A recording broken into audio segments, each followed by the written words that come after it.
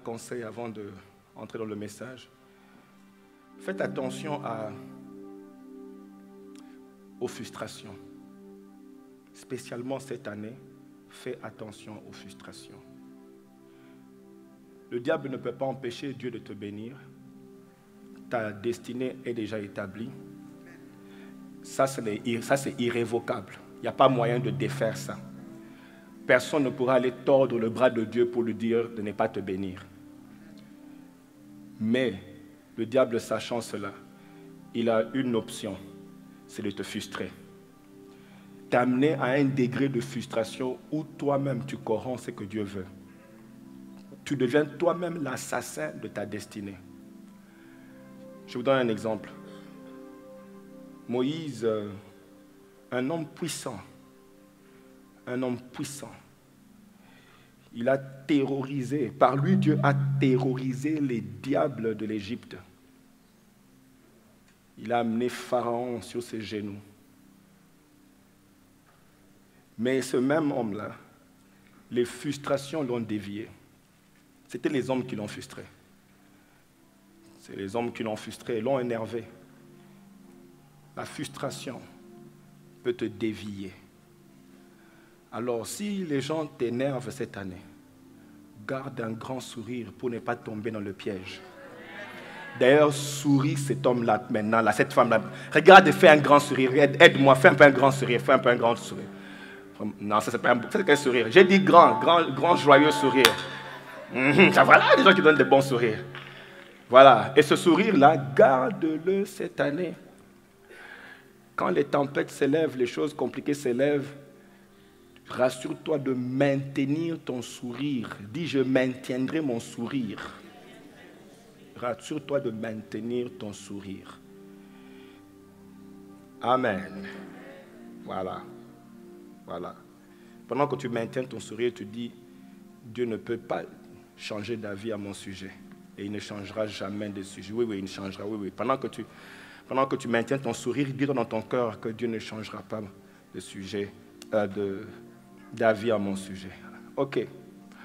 Lisons Matthieu chapitre 4, verset 19. Matthieu chapitre 4, verset 19. Je voudrais insister que nos 14 jours de jeûne et prière vont se terminer le dimanche prochain. Donc nous restons en jeûne et en prière. Nous sommes en train de commander l'année et Dieu est vraiment fidèle. Il nous oriente vraiment d'une manière très très spéciale pendant ce temps ici. Matthieu 4, 19, on a trouvé. Et à propos, pour ceux qui sont en train de jeûner, vraiment, pendant ces jours qui restent, cherchez vraiment des instructions de la part de Dieu. Cherchez des instructions pour comprendre qu'est-ce que Dieu veut pour vous cette année, comment est-ce qu'il veut que vous puissiez le faire. Pour ceux qui sont en train de planifier de lancer des compagnies, priez pour savoir comment est-ce que Dieu veut que tu puisses le faire, quelles sont les stratégies et surtout priez pour les gens baptistes. Priez pour les gens baptistes, c'est-à-dire les gens qui ont été assignés, ordonnés, mandatés, oints, préparés, équipés. Quoi d'autre? Pour ta vie, voilà. Ce sont ces gens-là que Dieu a prévus pour toi. Prie pour le discernement de ces gens-là. Ou plutôt même pour la grâce de savoir comment les gérer. Nous avons trouvé Matthieu 4, chapitre 19. Est-ce qu'on peut lire ensemble comme une famille? 2, on y va? Voilà. Il leur dit, suivez-moi, je ferai de vous pêcheurs d'hommes. Nous avons dit que cette année, tu dois cibler d'abord la moisson que Dieu veut que tu puisses récolter. Et deuxièmement, tu dois travailler, étudier la stratégie et ensuite comment préserver la récolte. Alors nous avons établi que pour nous, notre récolte, notre grande récolte, tu peux avoir plusieurs grandes récoltes que tu peux cibler, mais l'une des grandes récoltes que Dieu veut qu'on puisse cibler, c'est la moisson des âmes ou bien les hommes, la moisson des âmes. Dans Matthieu, ici, vous voyez, Jésus-Christ appelait les disciples, puis il dit, suivez-moi et je ferai de vous pêcheurs d'hommes. Donc vous voyez, ces gens étaient déjà des pêcheurs, c'était déjà des pêcheurs. Et en tant que pêcheurs, ils ont vite compris que Jésus-Christ les appelait à côté pour les équiper, les former. Donc, dans la formation, les disciples étaient formés à devenir des pêcheurs d'hommes. Et donc, pendant ces 3 ans, Jésus qui les appelle, il dit, dans ce parcours ici, vous entrez dans une classe de formation. Est-ce qu'on peut dire classe de formation? Alors, pendant ces 3 ans, les disciples étaient dans une école de formation où ils étaient formés, équipés, et Jésus les montrait comment est-ce qu'on peut pêcher les hommes. Est-ce qu'on peut dire pêcher les hommes? Vous comprenez, c'est quand on parle de pêcher les hommes, les disciples maintenant savaient qu'au lieu de lancer le fil pour récupérer les poissons, nous serons formés à attraper des hommes ou bien à pêcher les hommes. Est-ce que vous me suivez? Donc, dans les 3 ans que ces gens étaient avec Jésus, ils étaient en train d'être formés, équipés pour arriver à attraper les hommes. La même manière, en fait, qu'ils le faisaient pour les poissons, maintenant, ils sont formés et équipés pour attraper les hommes dans les 3 ans qu'ils avaient. Et donc, leur conversion, quand ils ont donné leur vie à Jésus, la formation maintenant était de comment pêcher les hommes. Est-ce que vous me suivez jusque-là? Donc, quand tu deviens chrétien, le parcours dans lequel tu es, Dieu est en train de t'équiper pour être à mesure, il faut voir cela, pour être à mesure de pêcher les hommes ou bien attraper les hommes. C'est ce qu'il dit aux disciples. Je ferai de vous pêcheurs d'hommes. Et donc, c'est ce que Jésus-Christ montrait à ces gens-là. C'est pour cela que vous allez voir, à la fin de leur formation, dans ce qu'on appelle graduation, le jour de la collation des grades, c'est ça? Le jour de la collation des grades, il y a ce qu'on appelle commencement ceremony. Comment on appelle ça en français? Commencement ceremony. Bon, comme vous voulez, c'est collation des grades. Ok, le jour de la collation des grades, il y a aussi ce qu'on appelle commencement speech. Est-ce que ça a un nom en français? Ok, dans le discours qu'on vient pour encourager les étudiants, vraiment les motiver, les booster, et puis les pointer vers les choses sur lesquelles ils doivent se concentrer. Il y a un discours comme ça à la fin pour parler aux étudiants. On appelle des gens pour vraiment booster les étudiants, leur dire, voilà, vous avez fini maintenant, entrez dans le champ. Et dans le commencement, dans la collation des grades, vous verrez que Jésus-Christ, pour booster les disciples, il leur pointe vers la cible importante qu'ils avaient. Il dit, allez parmi les nations et faites des disciples. Voilà, il pointe, il dit maintenant que c'est fini, allez. Est-ce qu'on peut dire allez? Alors, il dit, allez parmi les nations et faites des disciples. Ok? Et suivons-moi maintenant. Il y a un autre verset qui dit, au lieu de dire allez parmi les nations, ou bien le verset dit, il y a Matthieu 28, 19 qui dit, allez, faites de toutes les nations des disciples. Matthieu 28, 19 dit, allez donc et faites des disciples des gens d'entre toutes les nations. Autrement dit, il dit, ce que vous allez faire maintenant, vous irez dans les nations, et dans ces nations-là, trouver des personnes, cibler des gens que vous pouvez en faire des disciples. Vous me comprenez? Entrer dans les nations. Est-ce qu'on peut dire entrer dans les nations? Donc Jésus maintenant faisait de ces gens-là comme des pécheurs. Si vous regardez sur cette image-là, il y a dans cette image ce que je voulais montrer, c'est que Jésus maintenant enseignait aux disciples de comprendre que les nations maintenant étaient le champ. Les nations étaient le champ. Non, les nations étaient les temps dans lesquels vous allez entrer pour trouver les poissons qui sont les hommes. Vous avez compris? Donc les nations, voilà, merci. Cette image-là vous montre qu'il dit, maintenant vous allez aller. Aller où? Pas dans l'eau dans laquelle vous êtes habitué d'aller. Maintenant, ce que vous allez faire, votre temps ne sera pas cette eau-là, votre temps sera les nations. Est-ce qu'on peut dire les nations? Il dit maintenant, votre eau sera les nations. Je vous lance dans les nations. Je vous demande d'entrer dans les nations. Et quand vous entrerez dans l'étang qu'on appelle nations, dans cet étang-là, vous trouverez des poissons qu'on appelle les hommes. Nous sommes ensemble jusque-là. Ok. Donc, l'étang d'eau, maintenant c'est quoi? C'est les nations. Pas la nation, c'est les nations. Et les poissons, c'est qui? Les hommes. Donc, Jésus maintenant les formait à avoir une vue spirituelle de choses. Vous voyez, les poissons et les eaux, c'est encore physique. Il dit, bon, maintenant, vous passez à un autre degré d'opération. Ce que vous allez maintenant faire, c'est d'avoir une vue spirituelle de choses. Les nations vont représenter l'eau que vous voyez ici, et les poissons, ce sont les hommes. Regarde quelqu'un, tu lui dis un poisson. Donc, les hommes là, ce sont des poissons que vous irez pêcher dans l'eau qui est... Merci beaucoup. Laissez-moi vous montrer dans la Bible un verset qui va nous intéresser. Apocalypse chapitre 17, verset 15. Apocalypse chapitre 17, verset 15. Est-ce qu'on peut lire ensemble? On y va, 2. Et il me dit, les eaux que tu as vues. Est-ce qu'on peut répéter? Il me dit, les eaux que tu as vues. Est-ce qu'on peut répéter? Et il me dit, les eaux que tu as vues, ce sont des foules, des nations et des langues. Vous voyez, il dit les eaux que tu vois là. Vous voyez maintenant, il ouvre ton intelligence à opérer à une autre dimension. Suivez-moi très bien. Il dit, ok, les eaux que tu vois là, c'est pas juste de l'eau. Dans le monde spirituel, c'est ce qu'on appelle les nations, les foules, les peuples et les langues. Ok, maintenant, on doit peut-être étudier le mot nation pour qu'on comprenne mieux. Vous voyez, quand la Bible dit nation, le mot grec de nation, c'est ethnos. Ethnos. Ethnos. Est-ce qu'on peut dire ethnos? C'est de ce mot-là qu'on tire le mot français ethnie. Ethnie. Ethnos.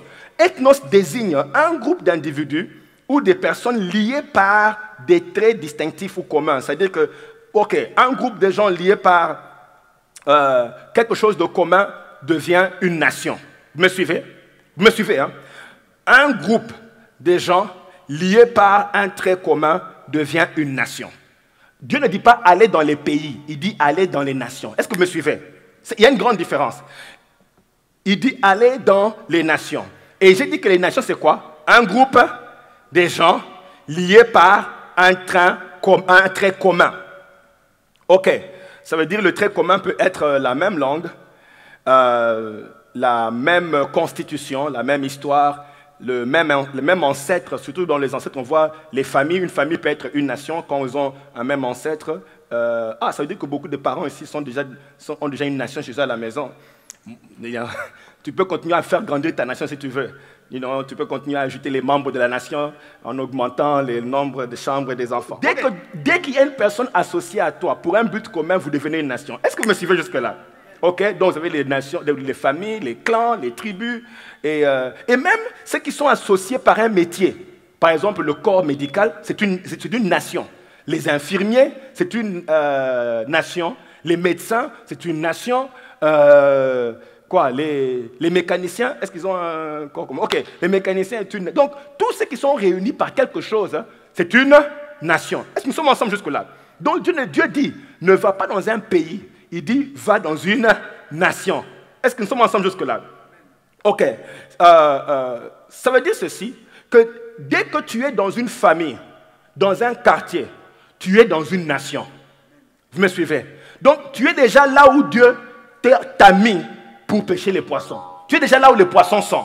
Oh, j'ai mal parlé. Donc, tu es déjà là où les poissons... Si tu es même au travail, dès que tu entres au travail, tu es déjà dans une nation où tu peux trouver des poissons. Et même, je dirais, même les clients qui viennent à ton travail, là, qui viennent à ta compagnie, c'est une nation. Pourquoi pas? Ils ont ta compagnie en commun. Tous viennent chez toi. C'est une nation. C'est déjà une nation qui vient vers toi. Tous les groupes de gens qui viennent vers toi sont déjà une nation. Tous les groupes de gens qui sont quelque part liés par un trait sont une nation. Nous sommes ensemble jusque-là. Ok. Vous allez voir, je vais même aller plus loin. Je vais un peu aller plus loin.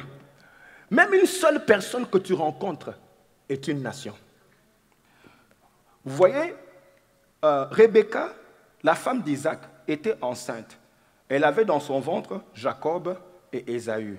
Et comme les enfants se heurtaient, elle est allée consulter Dieu pour savoir pourquoi mes enfants se heurtent dans le ventre. Pourquoi ce dérangement dans mon ventre? Et quand elle est allée pour consulter Dieu, Dieu lui a révélé. Dans Genèse chapitre 25, verset 3, Dieu lui dit, et l'Éternel lui dit, 2 nations sont dans ton ventre. Mais quand Dieu parlait de 2 nations qui sont dans son ventre, il parlait de deux personnes. Il parlait de Ésaü et de Jacob. Mais en parlant de ces deux-là, il dit, 2 nations sont dans ton ventre. Autrement dit, tel que tu es là, même toi-même déjà, tu es une nation. Est-ce que vous me suivez? Alors, quand Jésus-Christ maintenant, après la formation qu'il a donnée aux disciples, il dit, allez aller, il dit aller vers les nations, il parle aller vers les gens, aller vers aller au travail, aller quelque part où il y a des gens. Autrement dit, ces gens devenaient des agents, ils devaient s'infiltrer dans différents groupes et même dans différentes familles. Oh Seigneur. Donc moi je voulais déclarer ceci, que comme toi tu es né de nouveau, sauvé dans cette maison-là, tu es devenu un agent de transformation envoyé par Dieu pour s'infiltrer dans ta famille et commencer à changer l'histoire de cette famille-là par ta présence. Il ne faut pas m'énerver ici. Tu es là pour changer les choses. Autrement dit, tu ne peux pas te soumettre au principe de médiocrité que tu as trouvé. Maintenant que la lumière est en toi, Dieu te dit maintenant, il te renvoie dans la même famille pour commencer à régler les choses à la volonté de Dieu et les amener à se soumettre au plan de Dieu. Dis un peu, j'ai été envoyé. Il m'a mandaté d'aller. Vous voyez, c'est exactement ce que Jésus-Christ a dit au démoniaque de Gadara. Il lui dit dans Marc chapitre 5, verset 19, il dit, va dans ta maison, vers les tiens, et raconte-leur tout ce que le Seigneur t'a fait. Voilà, il dit, va dans ta maison et vers les tiens. Va dans ta maison et vers... Est-ce qu'on peut dire va dans ta maison? Bien aimé, dans ta maison, c'est où? Dans ta maison, c'est où? Dans ta maison, c'est dans ta famille. Dans ta maison, c'est il dit vers les tiens. C'est-à-dire que les gens que tu rencontres là, ils deviennent les tiens. Et il dit maintenant, je t'envoie. J'étais équipé, j'étais préparé pour maintenant, quand tu rencontres ces gens-là. Si ces gens, ce sont tes clients, j'étais équipé pour ces gens-là. Est-ce que nous sommes ensemble jusque-là? Ok. Ça veut dire que, c'est pour ça que la Bible dit, crois au Seigneur Jésus et tu seras sauvé, toi et ta famille. Bien aimé, je voudrais vraiment t'encourager à prendre peut-être 4-5 personnes de ta famille, cible ces gens-là cette année. Oh, vous m'avez entendu? Cible ces gens, même 4 personnes de ta famille, cible-les cette année. Tu sais qu'ils ne sont pas sauvés, écris leur nom. Voilà ce que tu vas faire. Tu écris le nom des membres de ta famille sur un tableau et tu dis, Seigneur Jésus, sauve-les. Et puis chaque jour de cette année, tu commences à réclamer leur vie. Tu réclames leur vie, tu réclames leur vie, tu réclames leur vie. Que Dieu les touche. Est-ce que j'ai mal parlé? Donc, écoutez bien aimé, il a dit, j'étais équipé et j'étais envoyé. J'ai dit, allez vers eux, allez, introduisez-vous, infiltrez ces familles-là. Et changer leur histoire. Donne-moi un bon amen.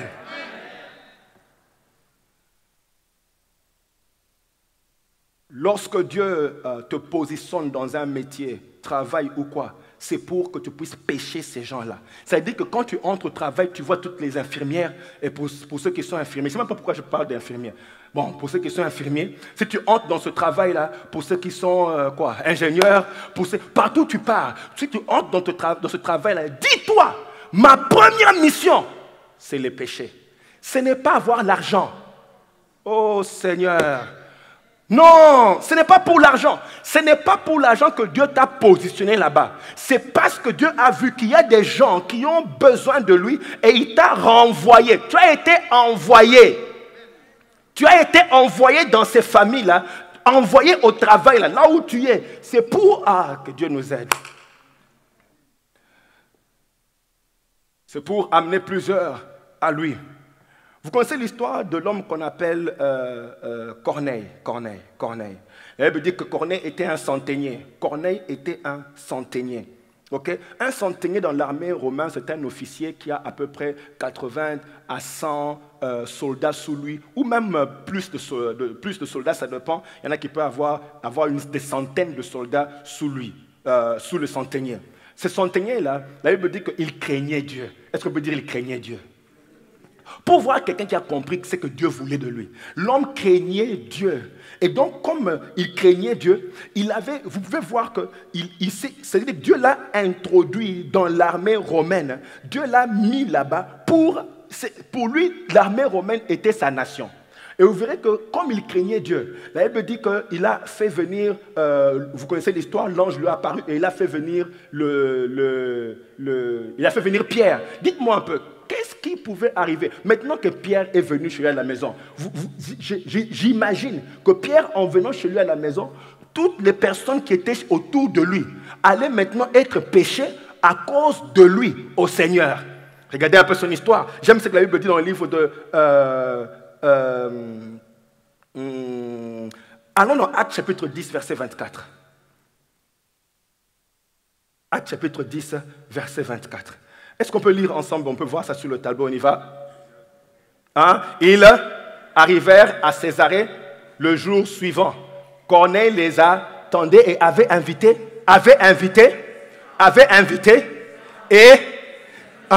Et puis verset 27, il entra et trouva. Donc ça veut dire ceci. Oh Jésus, aide-nous vraiment. Donc il dit, écoutez, Corneille a compris que je suis ici comme un agent de transformation. Les gens qui sont autour de moi, qu'ils soient mes domestiques, qu'ils soient comme ils sont autour de moi, que je suis en contact avec eux, je dois les pêcher. C'est ma mission. Écoutez, le fait, comment je peux appeler ça? Être officier dans l'armée est un camouflage pour les toucher. Il m'a donné une position. C'est une position pour amener plusieurs à rencontrer Dieu. Et quand Dieu lui a parlé, écoutez, quand Dieu lui a parlé, il s'est arrangé pour toucher ces gens-là. La Bible dit, il a invité ses parents, ses amis intimes. Les amis intimes, c'est qui? Imaginez un officier. Vous imaginez, ses amis intimes peuvent être de qui? Si lui, il est officier. Ça peut aussi être des officiers, peut-être aussi des gens positionnés en Rome, et peut-être des amis intimes, des gens comme ça. Et puis il dit, et les membres de sa famille. Bien, maintenant, imagine tous les jours, tu te lèves le matin, tu viens à l'église sans même inviter personne. Et quand tu regardes bien, tu vas voir qu'il y a beaucoup de place dans ta voiture.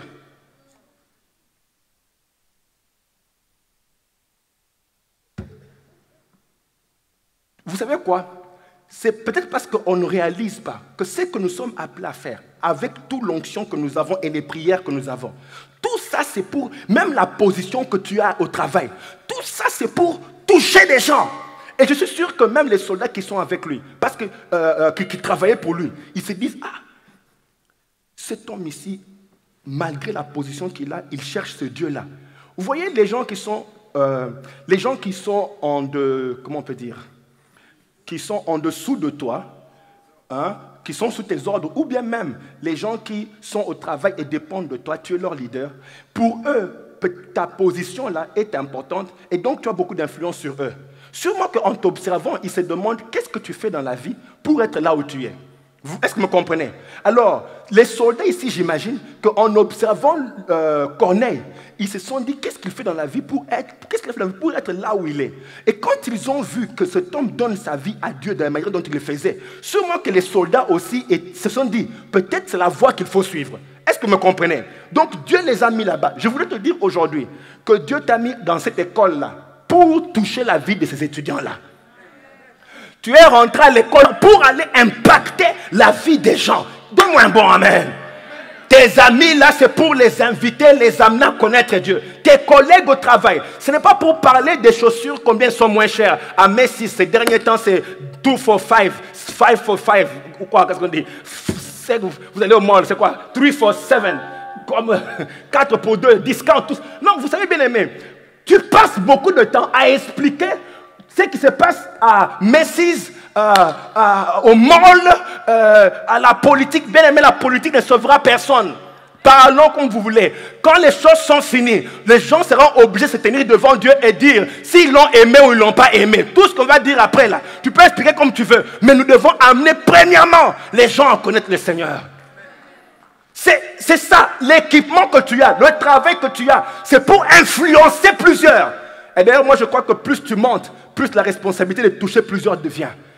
Si tu deviens président d'une compagnie, rassure-toi que tous ces gens-là en bas vont connaître ton Dieu. À cause de l'influence. Est-ce que tu veux avoir un bon amen ici? Le dimanche, ne prends pas tes employés pendant les heures de culte. Dis aux employés, dimanche chez moi ici, ça peut commencer après 14h, mais le matin, tout le monde va à l'église. Et quand tu entres à l'église, ne fais pas le gros dos. Nous t'adorons. Non, non, non, non. Exagère devant ces dieux-là. Que tes employés disent, hey, mais il danse comme un homme de rien. Tu dis, je danserai encore comme un homme de rien, pas celui qui m'a donné la compagnie. Laissez-moi sauter dans sa présence. Il m'a donné la compagnie. Donne-moi un bon amen. Oui. Tu vas peut-être te dire, mais je ne sais pas quoi dire. Je ne sais pas très bien quoi dire, je ne sais pas ce que je dois dire. Des fois, c'est simple. Tout ce que tu as à dire, c'est viens et vois. C'est ce que Philippe a dit. Il a dit à Nathanaël, viens et vois. Des fois, ce n'est pas une grande prédication. Des fois, c'est viens un peu à notre église. Et comme je vous ai dit, nous allons traduire les cultes en créole et en anglais. Donc maintenant, tu n'as même plus de... J'ai mal parlé. Donc là, le travail est en cours. D'ici quelques temps, le culte sera traduit en anglais et en créole. Donc en tout cas là, tu peux dire à tous les amis, viens et vois. Bien, mais est-ce qu'il n'y a pas de choses à voir ici? Oh, mais comment vous répondez comme si j'ai mal parlé? Crie un bon amen. Oui. Tu peux dire, viens et vois. Des fois, c'est tout. Des fois, c'est tout. Et d'ailleurs, même, je vais vous dire une chose. C'est ce que comment dire. Est-ce que vous savez que Pierre a été amené à Jésus par son frère André, par une simple prédication. Viens voir. C'est tout ce qu'André lui a dit. Et il est devenu un grand apôtre. Bien-aimé, dans ton travail, là, il peut avoir un grand apôtre. Il ne sait pas que c'est ce que Dieu veut pour lui. Tout ce que tu peux lui dire, tu viens un peu, viens voir. Ton devoir, c'est de prendre 4 personnes dans ta famille cette année, les cibler, commencer à prier pour eux. Et un autre devoir, prends 4 personnes dans ton travail, prie pour eux, cible-les. Tous les jours, tu les appelles, tu dis, viens un peu voir. Oh non, c'est dimanche, je travaille. Ok, l'autre dimanche. Et à la Pâque, est-ce que tu peux prendre un jour off à la Pâque? On va un peu aller voir. Tu lui dis ça. C'est tout, bien aimé. Ça a changé la vie de quelqu'un. Vous savez, il y a plusieurs activités qu'on fait ici à l'église. Nous avons bientôt le séminaire de couple. Tu peux sauver un couple juste en disant, viens un peu. Juste en disant, viens un peu, viens simplement. Allons seulement écouter. Tu peux sauver la vie des gens. Et si tu mettais ces gens-là vraiment sur ta liste et dire, vraiment, je ne pars pas seul. Je prendrai quelqu'un avec moi. Vous savez que moi, je dirais que dans cette génération, nous n'avons même plus de raison. Pourquoi? Non seulement il y a beaucoup d'activités qu'on fait à l'église, mais tu as le Facebook, tu as le WhatsApp. Tout ça là, tu peux prendre, vous voyez les messages qu'on envoie, vous avez vu des messages qu'on envoie, que l'équipe de médias envoie. Est-ce qu'on peut bénir l'équipe de médias? On bénit un peu l'équipe de médias. Qui a reçu ces messages-là? Des messages. Il faut les gens qui ont reçu. Un petit message de 2 minutes qui peut révolutionner la vie de quelqu'un. Avant, les gens envoyaient les traités. Vous voyez les traités. Vous connaissez les traités évangéliques, tu ouvrais un petit traité pour lire. Maintenant, on n'a plus besoin d'aller sur les coins de rue et prendre un traité donné à quelqu'un. Non, maintenant, Dieu a même facilité les chrétiens de cette génération. Nous, on se convertissait par des traités. Et il fallait beaucoup de traités pour notre conversion. Des gens comme nous. On amène un traité, je déchire. 2 traités, je déchire. 3 traités, 4, je ne regarde même pas. Il fallait plusieurs... Mais les chrétiens de cette génération-là insistaient. Après un traité, il vient avec un autre. Après un autre traité, il vient avec un autre. Avec un traité. Et tu avais des arguments pour dire non, pas maintenant. Mais ils continuent à venir jusqu'à ce qu'ils nous ont amenés à la conversion avec des simples traités. Maintenant, tu peux même envoyer une vidéo de prédication sur un WhatsApp. Prenez 1 minute maintenant. Ceux qui ont ce message-là envoyé à quelqu'un dans cette salle. Mais ça m'étonne parce que normalement, ces messages-là, tu ne le regardes pas pour l'écouter, tu dis Amen. Non. Tu finis, tu dis quelqu'un d'autre doit écouter ces messages. Mais oui! Pourquoi écoutez, Dieu t'a donné un téléphone. Tout ça, c'est seulement pour parler des gens. Non! Prends le téléphone, envoie des messages qui vont aider les vies des gens. Donne-moi un bon amen. Donne-moi encore un bon amen. Bien-aimé, quand tu reçois ce message, aide quelqu'un à connaître Dieu. Peut-être que ce jour-là, il était fatigué. Peut-être que ce jour-là, il était découragé. Il a besoin d'un message puissant qui peut renouveler sa foi et le fortifier. Envoie-lui quelque chose. Je ne dis pas qu'il faut pas mettre des photos sur WhatsApp, mais des fois, certaines de ces photos, ça n'évangélise pas. Tu regardes quoi? Fais quelque chose qui va transformer la vie de quelqu'un. Donne-moi un peu un bon amen. Bien aimé, c'est que Dieu attend. C'est ce que Dieu attend de nous. Il dit, après la formation de 3 ans, maintenant je te renvoie dans ta famille, dans tes amis, tous les Facebook friends. Laisse que ces gens maintenant voient ce que j'ai fait. Oui, tu vas dire, je ne sais pas à quoi dire. Marc chapitre 5, verset 19. Si tu ne peux pas inviter, ou si tu trouves que l'invitation c'est un peu comme le premier degré, passe au deuxième degré, la Bible dit dans Marc 5, verset 19, il dit, va dans ta maison, vers les tiens, et fais quoi? Non, lisons ensemble, deux, on y va? Va dans ta... vers les tiens, et tout ce que le Seigneur t'a fait. On répond, on y va deux? Et raconte-leur tout ce que le Seigneur... Est-ce qu'on répète, on va deux? Vers les tiens et raconte-leur tout ce que le Seigneur t'a... Bien aimé, Dieu dit, ok, maintenant passe à un deuxième niveau. Si tu ne peux pas dire seulement, si tu trouves que viens voir, ce n'est pas suffisant, dis maintenant, la Bible dit, va dans ta maison, raconte-leur ce que le Seigneur t'a fait. Va témoigner. Va expliquer que tu ne dormais pas bien. Tu avais peur de la nuit, mais il a chassé la peur. Maintenant, tu dors calmement, sans tourment. Raconte un peu les bienfaits de l'Éternel. Raconte ce que Dieu a fait. David dit, je publierai tes hauts faits. J'irai dire, oh Seigneur. Vous savez, des fois, ça me fait bizarre. Quand les gens ont besoin de prière, ils vont me suivre partout. Mais dès que je prie et que Dieu agit, viens témoigner. Oh non, je n'ai pas le temps. Oh non, je ne peux pas faire ça. Viens, bien aimé, ton témoignage. Dieu ne t'a pas... Ah Seigneur, je ne sais pas si je peux jeter cette table ou quoi. Dieu ne t'a pas guéri pour que ça reste à huis clos. Ce n'était pas fait à... Quelqu'un m'a dit ça. Dieu ne t'a pas guéri.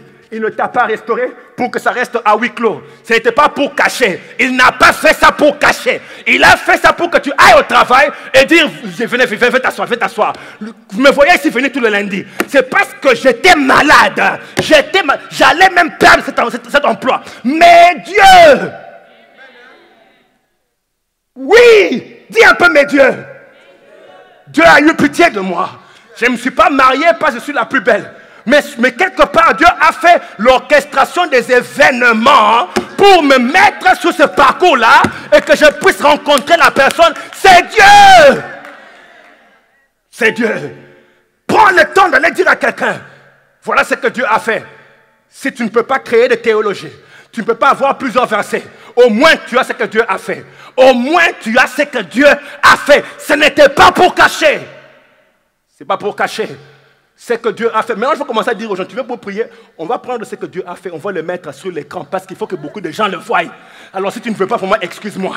On devra mettre ça, comme ça les gens peuvent voir qu'il y a un Dieu quelque part. Oh, come on. Vous voulez qu'il agisse en clandestinement. Ah, ok, il m'a délivré, mais il ne faut pas dire aux gens. Vous savez, c'est comme ça des fois que vous ratez les bénédictions. Moi, écoutez, il y a un couple, eux-mêmes vous donneront leur témoignage.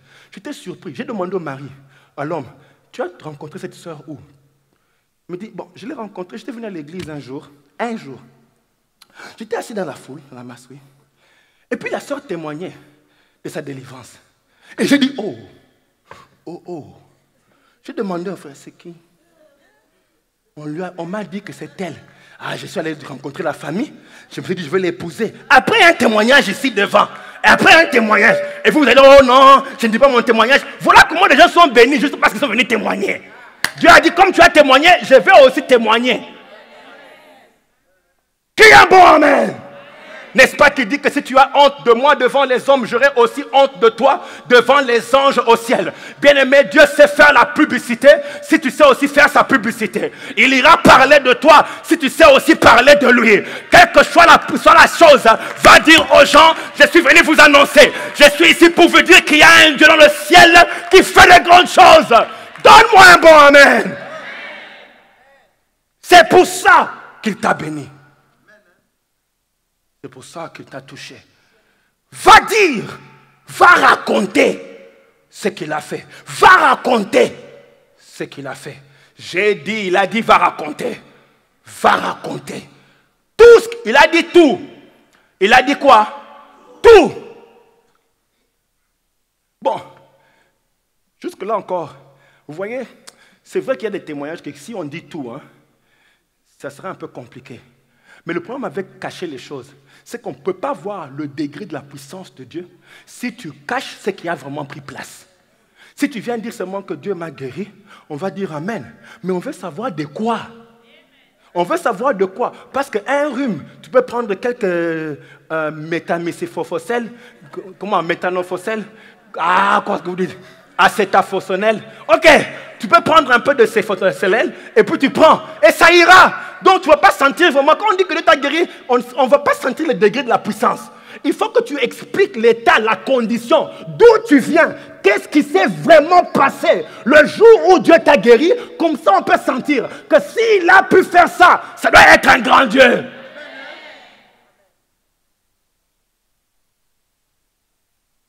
Oh, que Dieu nous pardonne. Que Dieu nous pardonne. Oui, je vais témoigner, mais je ne dirai pas ça. Seulement ça. Pendant qu'il y a quelqu'un ici qui a besoin de savoir à quel degré de puissance il a fait la chose, comme ça je peux voir si moi aussi, mon cas peut être dans la catégorie de ces choses-là. Montre à tout le monde que ton Dieu est un poids lourd.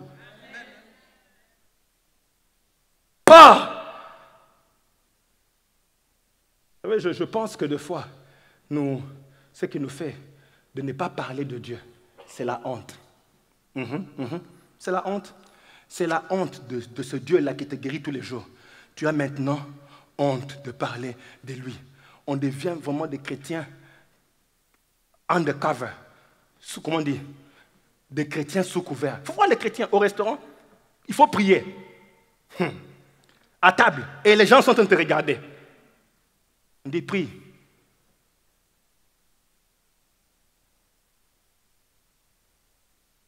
Amen. Tu as peur d'exposer la connexion et l'association que tu as avec ce Dieu-là. Tu as peur des gens. Tu as peur. Vous savez que ces choses-là qu'on fait témoignent de l'existence de Dieu. Même si la personne sur place, tu ne l'as pas évangélisée. Mais tu peux exposer qu'il y a un Dieu vrai quelque part. Quand tu sais, bien, mais en tout cas, franchement, moi dans l'avion, quand je sens que l'adoration vient, quel est Kabacha? Je vais me mettre à Jésus. D'abord, je commence. Et quand ça commence à monter, je dis au voisin, excuse-moi. Je vais dans les couloirs. D'abord, je commence les mains levées. Je commence par là. Oui, je commence par là. Bien aimé, je viens de trop loin pour cacher ce que ce Dieu est. Vous ne pouvez pas savoir. Lever les mains pour moi, c'est une promotion. Laissez-moi tranquille. Je lève les mains. C'est Dieu-là. Je dis au voisin, excuse-moi, je lève les mains. Quand je sais que ça ne va pas, je dis, excusez-moi, excusez. Je vais me mettre à côté, dans l'allée. Je commence à adorer mon Dieu. Et je sais qu'en adorant Dieu comme ça, il y a un parfum de bonne odeur qui est dégagé. Quelqu'un se demande, ici il est en train d'adorer ce Dieu de cette manière-là. Il doit être un vrai Dieu. Un jour, quand il aura un problème, il se dira quel était le Dieu de cet homme-là. Je ne le connais pas, mais c'était sincère. C'était profond. C'était, bien aimé, beaucoup de gens qui n'ont pas de Dieu exposent leur idole dans la rue. Dans la rue. Ils viennent montrer leur idole. Et les chrétiens deviennent des camouflés. Pourquoi? Tu as honte maintenant de Dieu. Bon, tu as honte de Dieu. Mais souviens-toi comment tu pleurais. Souviens-toi comment tu pleurais. Souviens-toi de comment tu pleurais. Oui, tu ne t'es pas converti juste comme ça un jour, le matin, tu t'es levé. Tu as pleuré. Tu te dis, si quelqu'un pouvait se souvenir de moi, si quelqu'un pouvait voir ma condition et mon état. Maintenant que tu es sauvé, tu ne sais plus déclarer, parler de ce Dieu-là. Oui, c'est vrai, aujourd'hui on te voit assis, bien habillé. Mais est-ce qu'il faut qu'on aille consulter ton passé? Vous savez, des fois, la journée, quand tout le monde se promène, on pense que tout le monde vient d'un beau lit parce qu'il se promène sur la route. Non, we have to check. Tu vas voir. Et c'est là qu'on connaîtra ton histoire. Sur le lit, quand il n'y a personne, qu'est-ce qui se passe dans tes rêves? Qu'est-ce qui se passe dans tes pensées? Je me rappelle, j'allais dans les boîtes de nuit. J'ai dansé, on m'appelait Fredas. Mais quand je rentrais à la maison, j'étais en face de mon plafond. Il n'y avait pas de gens pour m'acclamer, il n'y avait pas de gens pour m'appeler ce nom-là. Tourmenté par les démons. J'ai fait 6 mois sans dormir. Tourmenté par les démons. Mais la journée, tu commences à fuir ton lit pour être dans les boîtes de nuit. Les gens pensent que c'est parce que tu aimes venir danser. Non, tu es en train de fuir des démons. Alors maintenant que je suis sauvé, vous voulez que je vienne entrer dans l'avion, vous dire quoi? Non, laissez-moi tranquille. J'ai un Dieu qui m'a amené de loin. Je bénirai le nom de l'Éternel en tout temps. Et sa louange sera sur Dieu, et tu ne sais plus parler de lui. Non, je n'ai pas la théologie qu'il faut. Est-ce que tu te souviens de la théologie? Quand on t'a sauvé, ce n'est pas la théologie. Tu te souviens seulement qu'il t'a béni. L'aveugle a dit, s'il est prophète ou s'il ne l'est pas, ça je ne sais pas vous expliquer. Vous voyez, ça je ne sais pas entrer dans les détails théologiques. Mais tout ce que je sais, c'est qu'avant, j'étais aveugle. Maintenant,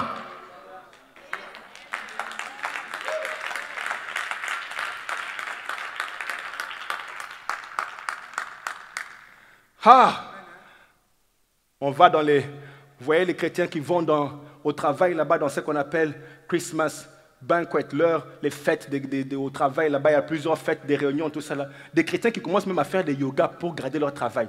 Parce que la compagnie a exigé que tout le monde fasse le yoga. Maintenant, tu vois des chrétiens qui entrent. C'est la compagnie, en fait, c'est rien. En fait, c'est même juste une méditation. Maintenant, les chrétiens sont mélangés. Tout ça parce que c'est... Oh Seigneur, on ne sait plus parler de Dieu. On tient des conversations impudiques parce qu'on veut être cool avec les gens. On veut être cool, on veut qu'on trouve que quand même, hein, on n'est pas trop radical quand même, il ne faut pas exagérer. Même si on aime, est-ce qu'il faut même ne pas parler, est-ce que même ça on ne peut pas parler? Pourquoi tu es là-bas? Que ta lumière brille même là-bas. Vous savez quoi? Je commence à comprendre que la raison pour laquelle les chrétiens ne savent même plus parler, c'est parce que même leur comportement, leur travail laisse à désirer. Oui, oui, tu es au travail, mais quand tu te fâches au travail, hey! Tu as même beaucoup plus de vocabulaire d'insultes que les païens. Et la façon dont tu fais les... Non. Comment? Dis-moi un peu. C'est le Saint-Esprit ou qu'est-ce qui t'amène à avoir un comportement comme ça au travail? C'est pour ça que tu n'as plus le courage de parler de Jésus. Tu sais qu'on va pas... Tu sais que they won't believe you. Tu sais ça. C'est seulement à l'église où ton adoration, ta prière, c'est comme des prises de karaté. Alléluia. Tout ça tu fais ici. Va faire ça, exhibe ça comme ça avec tes amis, là, on va voir.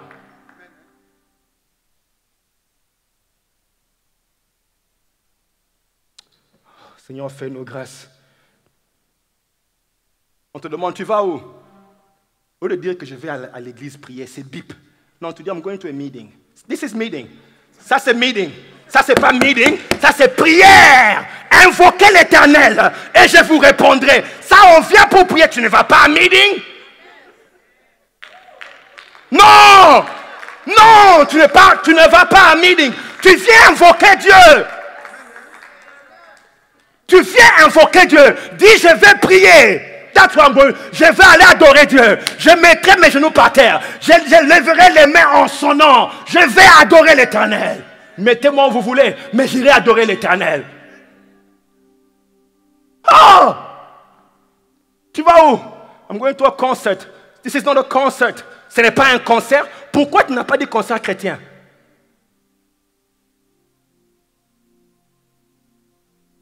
Le chrétien camouflé. On ne sait plus où on part. Ça devient clandestin maintenant. Clandestin.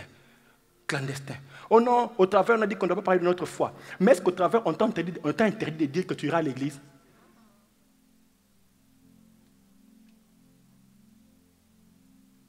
Vous savez, hein, il y a des gens qui ont transformé les nations. Je vous assure, ne croyez pas que c'est parce que vous venez à l'église que Dieu, en vous regardant, il est content. Non. Ce n'est pas parce que tu as bien chanté qu'il regarde, les anges chantent mieux. C'est pas ça. Il n'est pas content. Tu rencontres tous les jours ici des gens qui entrent dans ta vie, qui sortent, qui ont aucun souci de leur parler de Dieu. Aucun souci. Témoigne ne fût-ce que Dieu est là. Daniel. On dit, mettez-vous à genoux, tout le monde devant cette musique païenne ici. Daniel, mettez-vous à genoux. Et que quand les cymbales vont chanter, que tout le monde se mette à genoux. Daniel dit, non, je ne me mettrai pas à genoux. Alors on prend Daniel, on le jette dans la fosse au lion. Écoutez ce que le roi, après cela dit, il me dit, Daniel 6, verset 6, j'ordonne que toute l'étendue de mon royaume en ait de la crainte, hein, et de la frayeur pour le Dieu de... je prie que les gens aient la crainte pour ton Dieu à toi, qu'on mette aussi ton nom. C'est le roi qui dit, hein. Et puis il dit, car il est le Dieu vivant. 27, c'est lui qui délivre et qui sauve et qui opère des signes. Il dit, c'est lui. Écoutez-moi. Comment ce roi a su que le Dieu délivre? Comment est-ce qu'il a su? C'est parce que Daniel, quand il a vu combien Daniel était sérieux dans le service de Dieu, au point où il a préféré qu'on le jette dans la fosse aux lions, le roi observant le caractère intègre de cet homme envers son Dieu, ça commençait à le toucher. Et quand il voit l'homme entrer, il est venu même le lendemain dire, Daniel, toi qui crains Dieu et qui as espéré en Dieu, est-ce que ce Dieu-là t'a sauvé? Daniel dit, oh roi, vis à jamais. Ce n'est pas un Dieu en plastique que je sers. C'est un Dieu réel que je sers. Tes lions-là, on leur a fermé la bouche par le lion de la tribu de Juda. Donc je suis en vie parce que j'ai mis ma confiance en Dieu. Alors le roi se lève le matin. Il dit, dans mon royaume partout, qu'on craigne le Dieu de Daniel. Quelle évangélisation en masse par le caractère. Par le caractère. Tout un royaume est changé parce que quelqu'un n'a pas eu honte de Dieu. Toi, si on te dit travail dimanche, hein? Tu presses même de mettre ton propre nom. On ne t'a pas dit, toi-même tu as mis. Je mets mon nom si vous cherchez des gens. Je suis available, disponible, already ready there pour le dimanche. I'm here for you. Je suis là pour vous. Sunday, I'm available. Sunday. Vous savez quoi? Après, quand tu... Normalement, imagine qu'un jour tu ailles dire à ton employé, les dimanches, je ne travaille pas. Il va te dire, mais avec l'économie ici, toi tu vis comment? Dis-lui, mon Dieu pourvoira. Et maintenant, attendez, et maintenant rentre à la maison, tu dis à Dieu, voilà les prières puissantes. Tu dis à Dieu, je viens de dire aux païens que toi, mon Dieu, tu pourvoiras. Je suis en train de penser à cette compagnie. Peux-tu accélérer les choses de la compagnie? Qu'il y ait un déblocage massif des millions. Comme ça, je rentrerai dire à ces païens ici que ce n'est pas votre compagnie qui m'a nourri. Mon Dieu qui j'avais dit la pourvoira, voilà ce qu'il vient de faire parce que j'ai espéré en lui. Je suis sûr que Daniel est allé dire à Dieu dans la fosse aux lions, Dieu, j'ai mis ma confiance en toi. Peux-tu prouver à ce roi, à ses serviteurs et à toute cette nation que tu es le seul vrai Dieu? Je suis sûr que c'est la prière qu'il a faite. Quand Dieu a entendu, il s'est dit, donc Daniel vient, tu veux que je prouve au roi, à tous ses serviteurs et à son royaume. Donc c'est une évangélisation en masse. Merci d'avoir péché les âmes. Je vais exagérer. La Bible me dit qu'après cela, Daniel prospéra. Alors nous, on veut prospérer en cachant de Dieu qui veut te prospérer. Dieu ne te prospère pas parce que tu as de beaux yeux. Il te prospère parce qu'il veut qu'on le voie lui, pas toi. Listen, pas toi. Il faut bien me comprendre. Not you. Il veut qu'on sache d'où ça vient. Oh Seigneur. Je veux vous dire quoi? Les gens que tu sautes tous les jours là, sont en train d'aller en enfer. Les gens là, devant qui tu es en train de camoufler Dieu. Les gens devant qui tu es en train de cacher Dieu. Ces gens-là iront en enfer. Ils iront en enfer. Et je vais vous dire une chose, l'enfer existe même si on n'en parle pas. L'enfer existe. Jésus en parle et il dit, retirez-vous de moi, maudits, allez dans le feu éternel qui a été préparé pour le diable et ses anges. Le feu est pour le diable et ses anges, mais le diable veut amener plusieurs personnes. Parmi ces gens-là que le diable veut amener, il y a des membres de ta famille, il y a des gens que tu vois tous les jours, des collègues là, tu penses qu'ils sont cool. Ils sont cool, en train d'être préparés pour l'enfer. Et le diable les a séduits. Il y en a plusieurs. Il y en a plusieurs. Moi, je prie, vous savez. Je suis sûr que vous le faites peut-être aussi. Vous priez pour les membres de vos familles. Vous priez même pour vos enfants. Que Dieu puisse les arracher des griffes du diable.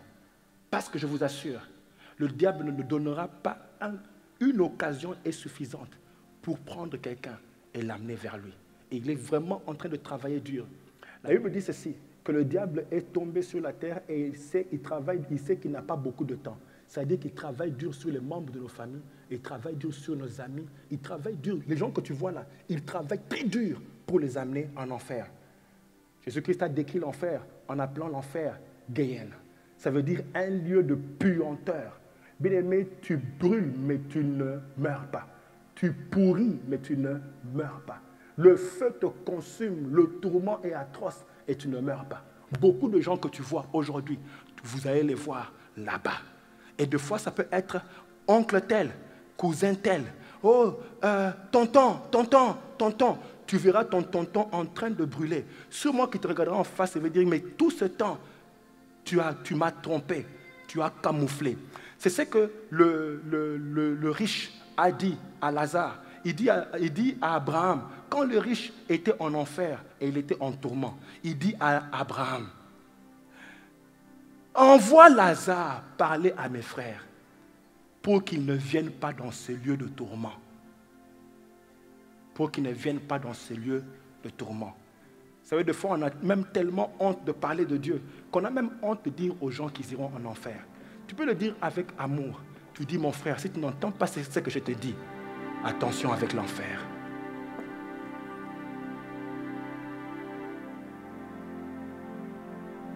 C'est un endroit où il y a un châtiment éternel. Ça veut dire que non-retour. Tu ne vas pas rentrer.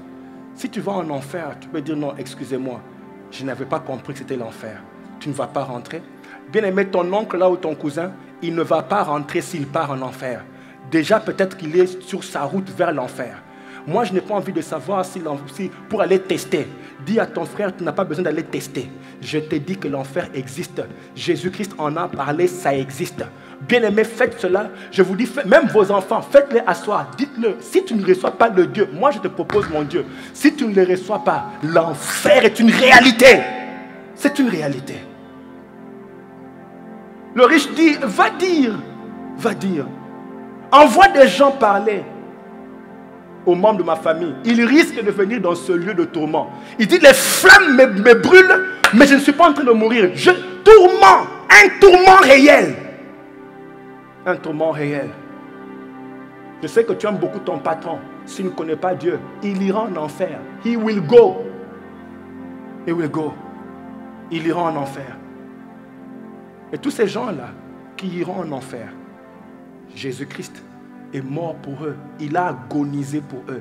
C'est la raison pour laquelle il t'a envoyé les rencontrer. Il a dit, si toi tu pars, tu pourras leur parler de moi. Mais quand toi tu pars, tu caches Dieu. Au lieu de parler de Dieu, tu caches Dieu. Vous savez, on a tellement de soucis qu'on est tellement selfish, plein de nous-mêmes, égoïste, que quand tu arrives, tu ne penses qu'à tes problèmes. Il n'y a que tes problèmes. Toute la terre est remplie que de tes problèmes à toi. Il n'y a que tes problèmes à toi. Ah, vraiment. Dieu t'a déjà promis qu'au ciel, il n'y aura pas de pleurs. Il n'y aura même pas de maladie. Donc tes problèmes, un jour, ils vont s'arrêter. Un jour, ça va s'arrêter. Mais le problème de ton voisin, là, ça s'arrêtera quand? Parce qu'il ne connaîtra pas Dieu. Ça va s'empirer. Ça va s'empirer. Cette année, dis-toi, même 4 personnes qui connaissent Dieu à cause de moi, ça sera une richesse. Et s'ils sont dans ta famille, presse-toi de les amener à Dieu. Qu'ils te connaissent même, qu'ils t'appellent des noms, parce que je sais que des fois c'est ça. Oh, toi le pasteur, et voilà l'évangéliste est venu. Oui, ça ne fait rien. Même dans les réunions des familles, là, vous êtes là, qu'on t'appelle même des noms, ça ne fait rien. Mais au moins ils savent qu'il y a un témoignage. Quelqu'un nous rappelle que si on ne reçoit pas Dieu, on ira en enfer. Ils iront en enfer. Ne dis pas mes enfants sont cute. Ils iront en enfer s'ils ne connaissent pas Dieu. Ils iront en enfer. C'est la raison pour laquelle toi tu es envoyé dans la nation. L'ethnos, les temps, c'est pour ces poissons-là. Sinon, ils iront en enfer. Mhm.